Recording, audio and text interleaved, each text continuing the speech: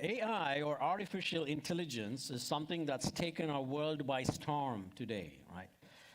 Forbes had an article recently where they quoted World Economic Forum saying that AI or artificial intelligence is going to replace 85 million jobs by the year 2025. But it also said it's going to create 97 million jobs that are just very different than the ones that are going to go. And I know we have a lot of AI data scientists and other engineers, even in our own church. Some of you are in college studying that, and you guys are going to be the ones creating and using these. But AI, or artificial intelligence, raises some very serious ethical questions, isn't it? One of the questions is, how good is AI? Can it be trusted? Technology in general is a very ambiguous entity. Any technology can be used towards constructive purposes, but technology can also be used towards destructive purposes. And who or what decides the direction it goes is the people. So as we are thinking about this, and everyone in the world is wrestling about this, especially in the marketplace, the question arises, is intelligence the same as wisdom? Or what is the difference? What will be the thing that decides human wisdom or sets human wisdom apart from artificial intelligence? I mean, the word itself has it. There is artificial. It's artificial. It's fabricated. And I personally believe that human wisdom or godly wisdom is the one that we are going to need eventually, especially when it comes to ethical implications, to guide this technology towards more constructive realms. And for that, we need the wisdom of God. So the title for my sermon today, from the text that was read, titled as Wise Living and Loving.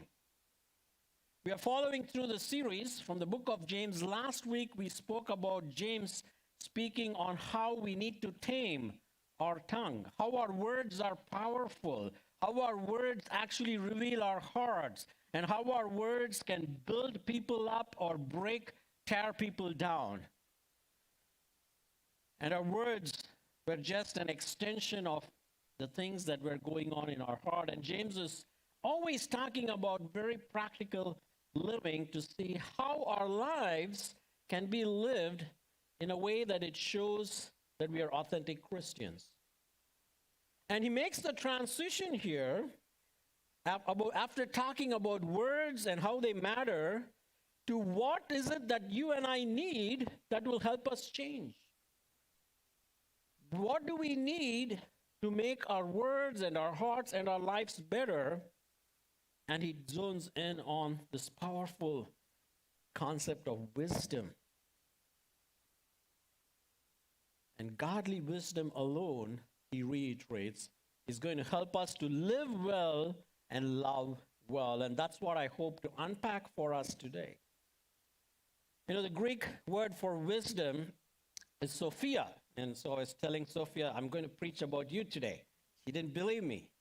And I had to get her permission if I can say this. And she said, and I think now she'll probably believe it is about her. Or not her name or what it means. So there are three things I want to talk about wisdom in this brief and succinct few verses that James talks to us. First, he gives a test of wisdom. And secondly, he talks about two types of wisdom. And thirdly, he talks about triumph of wisdom. Test of wisdom, types of wisdom, triumph of wisdom.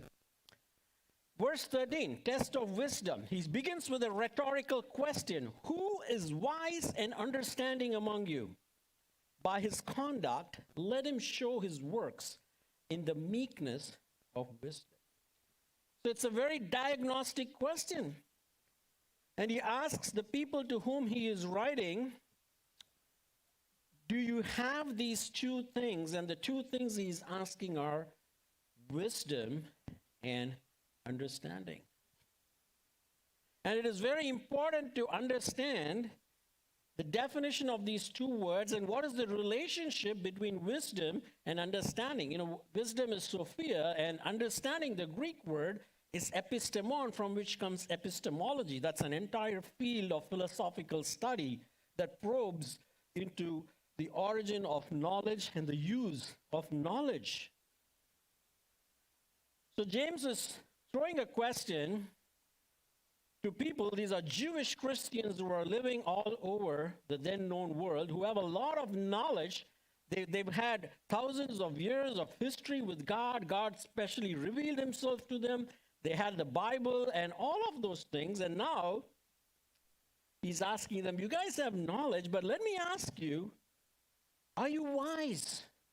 Who is wise in understanding among you?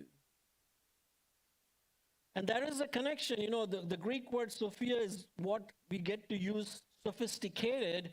That comes from that. And what it means is, it talks about those who are sophisticated are the ones who are able to apply the knowledge in a useful way. I'll come to that in a minute. But wisdom has been a quest for all cultures over the ages. As we all know, the Greeks pursued wisdom as the highest and loftiest goal. In fact, they believed that only philosophical engagement using the mind is a noble thing, and manual labor is earthly, and they demeaned it, and that's why they were left to be done by slaves. And if you look at our Eastern world, the major world religion of Hinduism, it has these three ways of getting to the divine. They call it as margas. You know, there is one which is Bhakti Marga and Jnana Marga and Karma Marga. And what they mean by that is you can actually experience union with the divine purely by knowledge. My PhD supervisor, he actually believed that. When I asked him, hey, how do you get to know God or get to have a relationship? He said, it's Jnana Marga. Just by purely thinking, you can arrive at truth, and I can get to know God. It's a way of reaching the supreme being. But it's only in the Bible, if you read, God reveals this to the Hebrew people. You know, the Hebrews were the ones who clearly understood that true wisdom was not intellectual, but relational and behavioral. No, not behavioral. So for them, the biggest fool was someone who knew truth, but failed to apply it to their lives. So for the Jews, wisdom was skill in rightful living or living righteously. In fact, in the Old Testament, the words wisdom and wise, do you know how many times it appears? It appears close to 300 times, almost a word per day. And 100 of those times, you can see that word in the book of Proverbs alone. So what is wisdom then? How do we unpack it? It's important we understand it before the rest of the verses make sense to us. So to put it, one of the commentators has a beautiful definition. He says the definition of wisdom is the ability to see and build relationships of all sorts. Wisdom is the ability to take things that are unrelated, see and fit them into a relationship. Wisdom is the ability to take disparate, different things and put them together into a whole. Wisdom is the ability to also see and build meaningful relationships. So it's one thing to know something, but it's another thing to know how it relates to life and how it relates to everything else. Wisdom is knowledge related, worked out, and lived out. You know, we just had the Super Bowl that finished last week. And, you know, none of our teams went there. I don't think we have any Kansas City Chiefs fans. But This was a young quarterback, Patrick Mahomes. He won the second Super Bowl. It was a very tight game, very engaging game. And you can really see, for those of you who follow football, one of the key things is they have this game book and several plays that are written. They even has all the quarterbacks have it in their arms. The coach calls the play. But when the action happens and he sees the field, he has to connect. Where is the opening? There are so many things going on. He has to find the right pocket and throw it when nobody is there, knowing that the person whom he is thinking is going to make it is going to make it. One of the many skills. Or if you look at basketball, for example, we are Warriors fans, and one of the key things about Warriors becoming a dynasty, they said, was there's a player in the team whose stats will not reflect. His name is Draymond Green. But he has this unique ability to read plays. He says in an interview, he said, I can see plays happening before they actually happen. So that's a gift. And it's cool when it's with sports, but in real life, the ability to connect things that are there to ourselves and to God is what real wisdom is. In fact, the DNA of Silicon Valley is built on entrepreneurship. And who are entrepreneurs? Entrepreneurs are people who, when others see problems, they see opportunities. They're able to connect what is a discomfort or a problem for someone and extrapolate and connect something else as a solution and bring it together. It's not even like fundamental research or anything. In fact, some of the largest startups that have come out of the Bay Area, like, Uber or maybe Airbnb, these companies, they don't own any assets. They don't own any cars, and yet it's the largest, car rental service in the world. They don't own any hotels, and yet it's the largest, hospitality industry in the world. Because there were guys who saw something and connected. And that's what made it huge.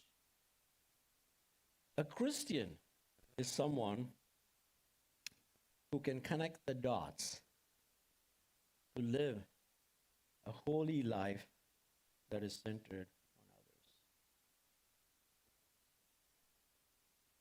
So just to reiterate this for us, wisdom then is the ability to take a fact, to take a concept, to take a word, and make it concrete, and to relate it to a reality. So that brings us to the next question. What is ultimate wisdom? What does the Bible say about wisdom, really? And the famous verse that many of us know is the verse in the book of Proverbs where it says, the fear of the Lord is the beginning of wisdom. We've all memorized this. What does it mean? Why does it say the fear of the Lord is the beginning of wisdom? And when it says fear of the Lord, again, it's not talking of being terrified, like in the sense, oh, God's going to kill you if you don't respect him and things like that. It says that when you understand who God is, you will truly understand what wisdom is. When you understand who God is and who you are, is when you will truly understand wisdom. Let me unpack that for us. The beginning of wisdom, he says, is when your knowledge of God becomes something that you're able to relate to. You can know all about God, J.I. Packer says, and yet not know God in his book on knowing God, isn't it? But what real wisdom is that it enables you to relate the knowledge of God to you and to your life. All right, how does this work? Well, you can know that God is holy. And you can know, if you are in tune with yourself, that you are not a holy person, that we are broken people and I am unholy. We can know that God is just. And we know that there are things in our life that we do and say, and there are things in the world around us that are not just.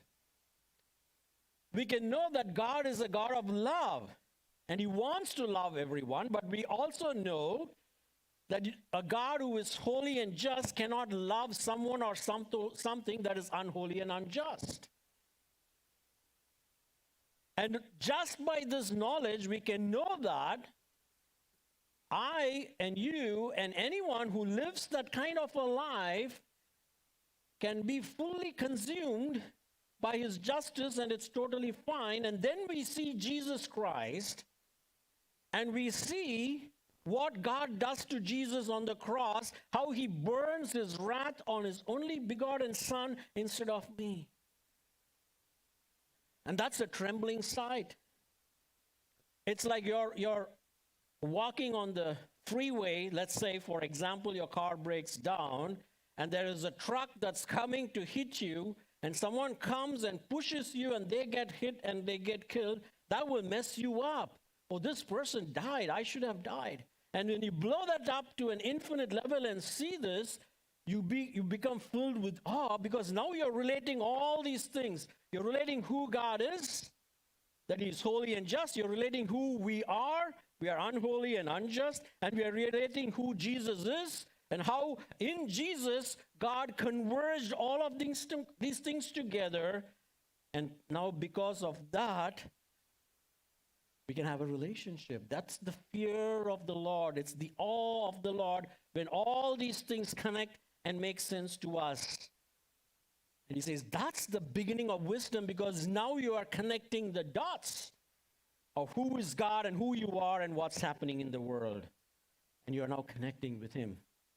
Until that happens, the Bible actually tells the opposite of wisdom is foolish, not because people don't have knowledge. That's how we usually use the word fool these days, in a very derogatory manner. But it says, no, people have a lot of knowledge, but they cannot connect that knowledge to God. They cannot connect the knowledge of themselves and the knowledge of what's happening in the world to this holy and awesome God. And because of that, what happens when you don't make these connections is you're only thinking about yourself all the time. You're only consumed about your thoughts all the time. And that marks the differentiation about earthly wisdom and godly wisdom. And that's what he's going to talk about the next few verses. We're going to go to the types of wisdom, James says. I hope you're tracking with me and you got this, because that's going to help us unpack this. He first talks about what is earthly wisdom. Verse 14, 15 and 16, he says, but you have bitter jealousy and selfish ambition in your hearts. Do not boast and be false to the truth. This is not the wisdom that comes from above, but is earthly, unspiritual, demonic. For where jealousy and selfish ambition exist, there will be disorder and every wild practice. Now, James is saying, if you have wisdom, guys, your life will show it in action. And if you do not have wisdom, it will also be evident. Because this earthly wisdom is unable to help you connect to the truth, and so you have a distorted view of yourself, and you have a distorted, skewed view of others. And what is this distorted view when you don't have the fear of the Lord? It is a view that makes you think more of yourself than who you actually are. That makes you always think, oh, I am better than others. I am better than this person. And be consumed in this thought of all about me, myself, and myself. And you're constantly judging everybody else around you.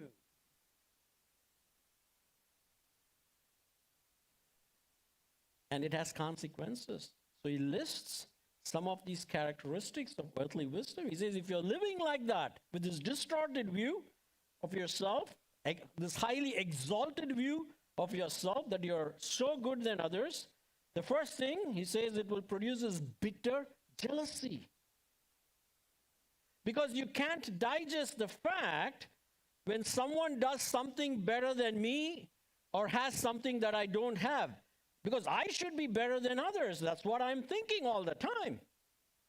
And since it makes us feel less of ourselves, we don't like it.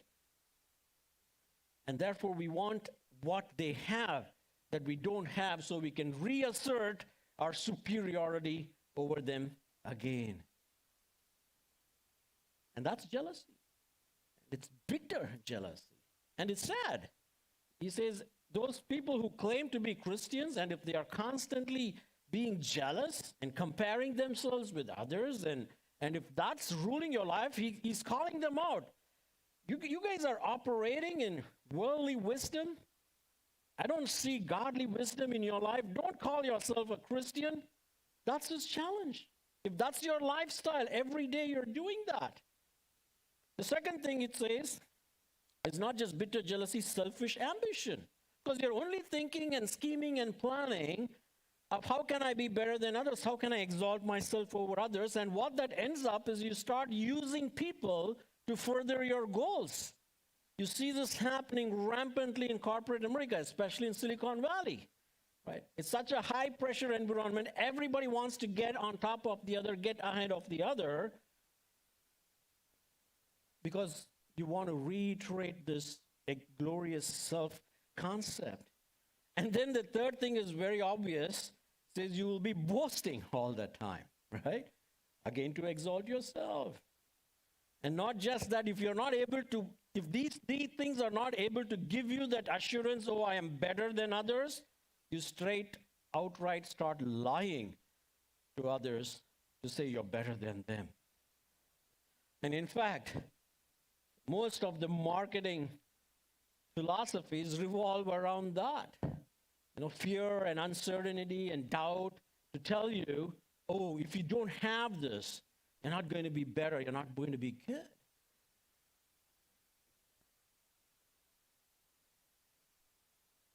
And then he talks about the source. You know where this wisdom comes from? He says it's first of all earthly, he says unspiritual, and outright demonic. And he traces it to the source as Satan. And it's not a new gimmick that Satan does. That's what Satan did when he tempted Eve in the Garden of Eden. After God placed them in this beautiful garden and told them not to eat of this tree of knowledge of good and evil, see? Because he wanted them to rely on him as the source of all knowledge and wisdom. What does Satan do? He goes to them and sows the seed of doubt, saying, did he really say that? He says, don't believe him. Because when you eat like that, what will happen to you? You will be like God. Boom. See? And it feeds into us. It says it's going to make you like God, man. You're going to have all the power. You're going to have all the knowledge. And that starts the downward spiral of sin and death and destruction and everything else. And it was chaos. And that's what James says. It only leads to destruction and vile acts. And it's going to let you do things. Did it end up well for Eve? No. It ended up hurting her marriage, hurting their relationship with God, and subsequently they were driven out of God's presence. It ended up hurting her children, her grandchildren, great-grandchildren. All the things came about. So that's what he says happens. When you live with worldly wisdom, you hurt yourself and you hurt others. That's what worldly wisdom does. And then he goes on to talk about what then is heavenly wisdom. What are the characteristics of heavenly wisdom? And he says, heavenly wisdom, but the wisdom from above, verse 17, is first pure, then peaceable, gentle, open to reason, full of mercy and good fruits, impartial and sincere. Wow, look at that. He first qualifies the nature of heavenly wisdom. He says, this is the real deal, guys. It's pure. It's the thing that you want. And you know why it's pure? Earthly wisdom is all about self-glorifying and exalting and self-centered. Heavenly wisdom is always others-oriented and God-centered. And he talks about 7 characteristics of this heavenly wisdom. And it's sort of, once again, we know the vibe of James. He's referring back indirectly to the Sermon on the Mount here. He mirrors many things that Jesus said in the Sermon on the Mount. He says, first of all, it's peaceable. The word peace, the Hebrew word is shalom, which talks of wholeness. It's things that are broken that are put together to make it whole. Why we don't have peace is when there is a distortion, there is brokenness, and our feelings and our minds and our actions, they're not congruous, and we lose peace. So he says, when you have heavenly wisdom, first of all, you will establish peace with God. You'll see your relationship, and you will want to establish that peace with God. And you will start restoring broken relationships. And you will start caring about what's broken in the world. And you'll want to put things together so that those things can be better. Secondly, he says it's gentle. It's the same word Jesus uses in the Beatitudes, prowess. It's the word that is used for restraining wild horses that have this tremendous power so that they can be restrained, so that power can be used for useful purposes. That's why meekness is not weakness. It's restrained power. He says, before, if you were operating in worldly wisdom, you're using your power to push your agenda, to push people around, and to make yourself feel better and be better. But now, when you have this heavenly wisdom, you're going to use that not to promote yourself. You're going to use that to see how you can promote God's agenda in this world, how you can promote and help others who need that. How it can be channeled to be helpful to God and others. Third, he says it's open to reason. Well, heavenly wisdom, it says, will help you to accept your mistakes when someone points it out. In fact, first of all, it will enable you to experience repentance. Repentance is now actually possible because until then, you never think you're bad. But now you can repent. Previously, you had no sensitivity to sin, and now it bothers you, and you're willing to confess and reconcile. He says, next thing about it is full of mercy. Previously, when you couldn't give grace to others when they hurt you, but now you can do that. And then it says it has good fruits. The result of this fruitful living is the fruit of the Spirit. You're going to be displaying love, joy, peace, patience, kindness, goodness, self-control, etc. It says it's impartial. Now we are not going to see the world and take different positions. You're not going to succumb to racism or sexism or any of those isms in how you are relating to people who are different than you. You're not going to think they are lower than you, whatever may be the factor. And then lastly, he says it's sincere. The word is not being hypocritical. You're someone who walks the talk. And all these things are evidence that you're operating through heavenly wisdom. It's a good conduct toward others. You see what others don't have that you have, and you want to explore how you can serve them. Earthly wisdom sees what others don't have that you have and wants that. Heavenly wisdom sees what you have that others don't have and wants to give that. You see, that's a total shift of how your life is lived out. So what happens when we live with heavenly wisdom? The third point is the triumph of wisdom. It's a triumphant living. It's just one verse, but it captures it all. Verse 18, it says, and a harvest of righteousness is sown in peace by those who make peace. It says, what happens when we live with such heavenly wisdom, others-centered wisdom? It says our lives will be different. You heard what you sow is what you reap. So it says, those whose lives are characterized by heavenly wisdom, you're sowing seeds of peace. And you're making peace with others. You're not caving into your jealousy. You're not caving into bitterness. You're not sulking and sitting there, but you're actively seeking peace. And he says that's how a righteous life looks like. You speak words now, if you're using heavenly wisdom and connecting it back to taming your tongue, now your wisdom enables you to speak words that heal and build others up. And Jesus says, even in the Sermon on the Mount, blessed are the peacemakers. You see, the wise people are able to develop relationships and reconcile people and bring peace. They're able to bring things together, not just know how they connect, but they actually make it happen. They're able to relate people and relate things and relate groups of people together nobody else can. A wise person knows how to reconcile two people. A wise person knows to confront but not too far, to compliment but not butter up. All the right moves, all the right things. A wise person is someone who can hold a group together and can turn ordinary people into friends together.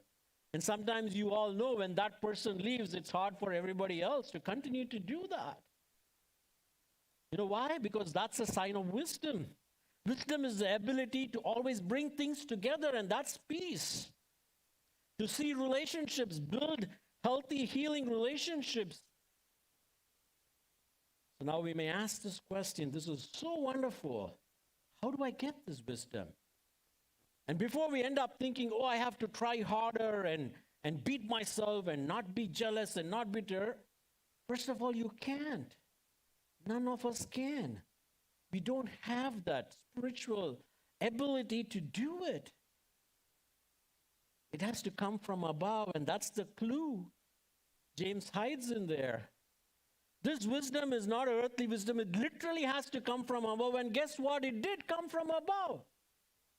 Jesus Christ is called the wisdom of God.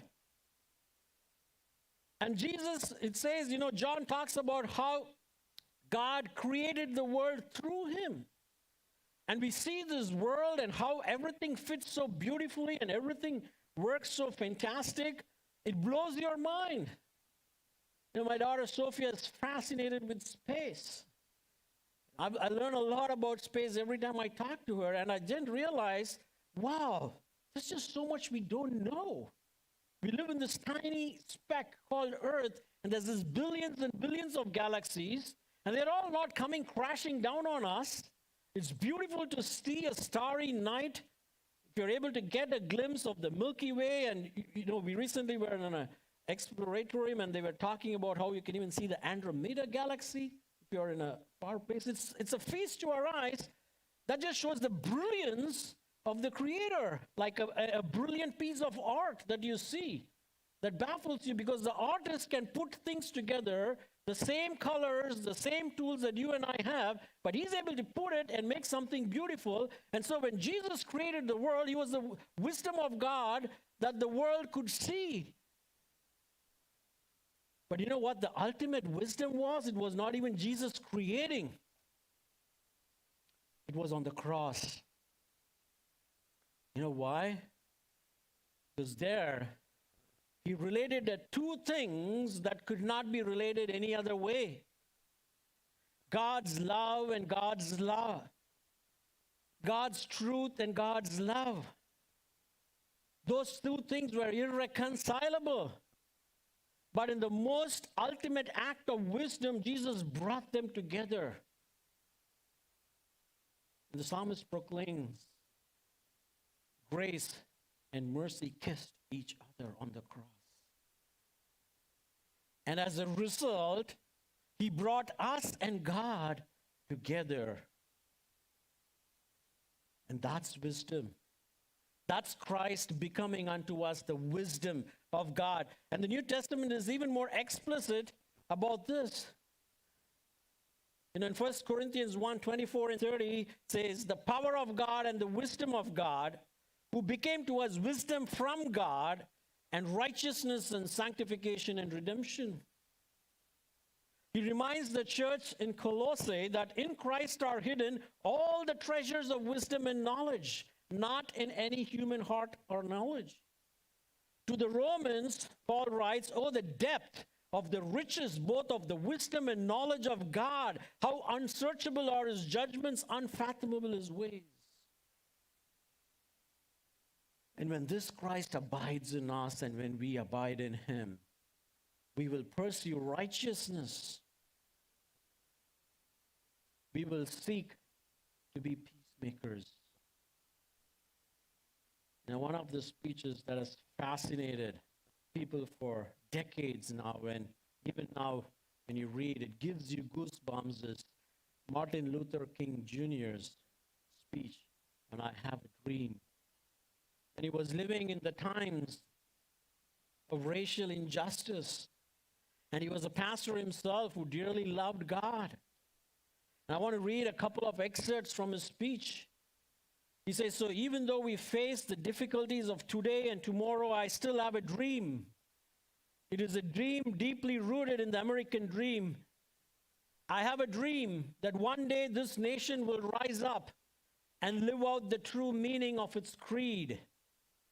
We hold these truths to be self-evident that all men are created equal. I have a dream that one day on the red hills of Georgia, the sons of former slaves and the sons of former slave owners will be able to sit down together at the table of brotherhood.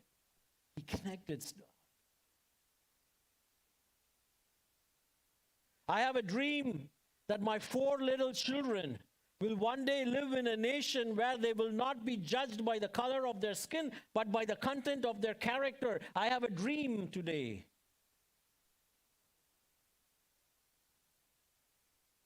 I have a dream that one day every valley shall be exalted, every hill and mountain shall be made low. The rough places will be made plain, and the crooked places will be made straight, and the glory of the Lord shall be revealed, and all flesh shall see it together. I have a dream. That's straight out of the Old Testament.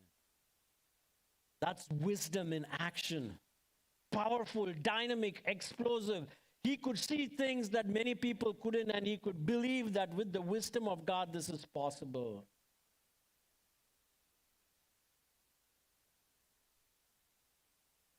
My dear friends, do we have this Christ, the wisdom of God from above in our lives?